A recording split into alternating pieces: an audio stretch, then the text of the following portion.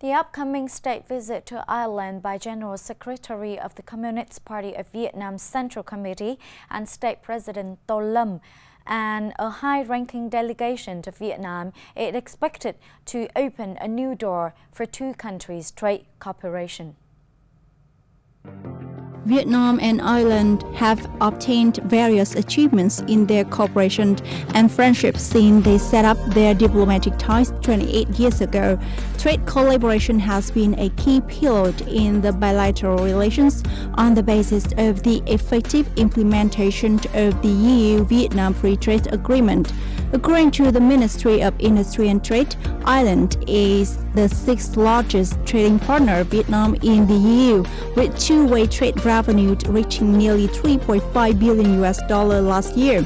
Although the two countries have huge cooperation potentials, their collaboration in the domains of trade, investment, and science technology, as well as other sectors of their strengths, has remained modest and has not been on par with their political relations, as well as potentials and advantages.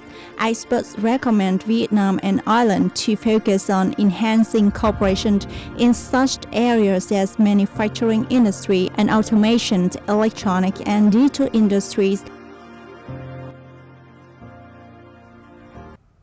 Vietnam needs to quickly adapt to the global trade tensions, implement trade policy flexibility and efficiency, and deliver commitments made in free trade agreements, according to a recent seminar in Da Nang City. Delegates at the event assessed the implementation of international treaties and free trade agreements, the practical benefits brought by the FTAs to Vietnam in investment, trade labor, and institutional improvement, the challenges posed in implementing FTAs amid geopolitical conflicts, escalation, and trade tensions between major economies. According to the National Assembly's Committee for Foreign Affairs, Vietnam is a member of 16 FTAs, adding that the effective implementations of these pacts has helped Vietnam expand and diversify markets and engage more deeply in the global supply chains and production network.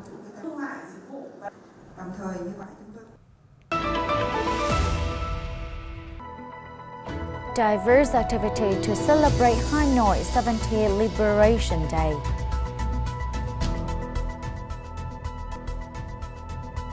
Promoting the value of Huế áo dài fashion.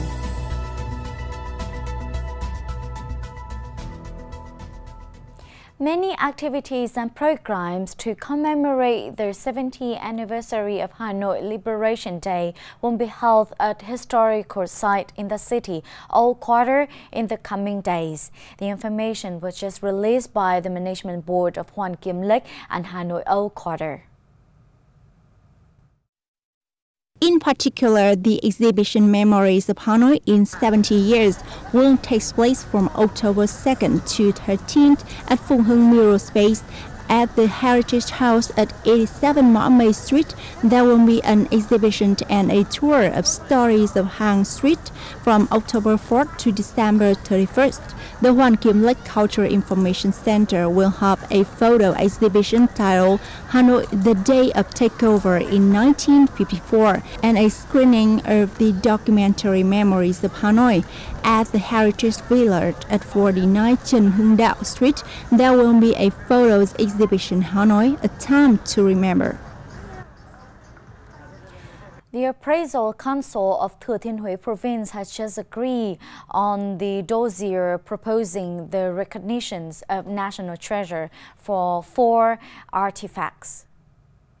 This set of precious artifacts from the Nguyễn dynasty include Ngọ Môn Bell, stone relief from the Minh Mạng period, Emperor Duy Tân throne, and dragon statues from the Thiệu Trị period. These artifacts were selected based on national treasure criteria such as uniqueness and special value marking important historical events of the country are associated with the historical figures. The wearing of áo dài, traditional long dress, costume and tailoring craft of the dress has been recognized as a national intangible heritage by the Ministry of Culture, Sports and Tourism, the fourth such recognitions in the Central Province. Following the recognition, Thừa Thiên Huế Province has implemented projects to further promote value of Huế as the capital of áo dài. Many accept that the Huế áo dài is more than just a garment. It's a masterpiece that encapsulates the cultural essence of Huế. Wearing Huế traditional long dress is like a way of experiencing Vietnamese traditional culture. This is a special experience for me and many other tourists visiting the region.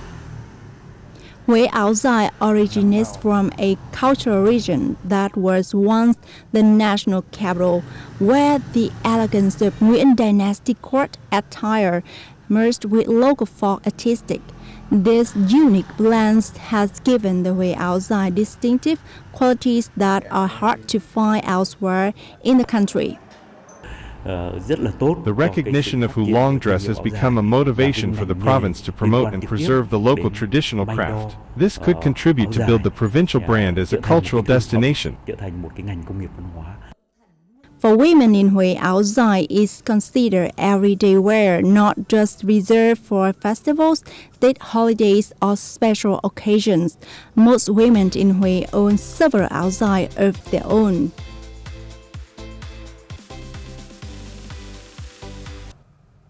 That's the end for today. Thanks for your watching and see you next time.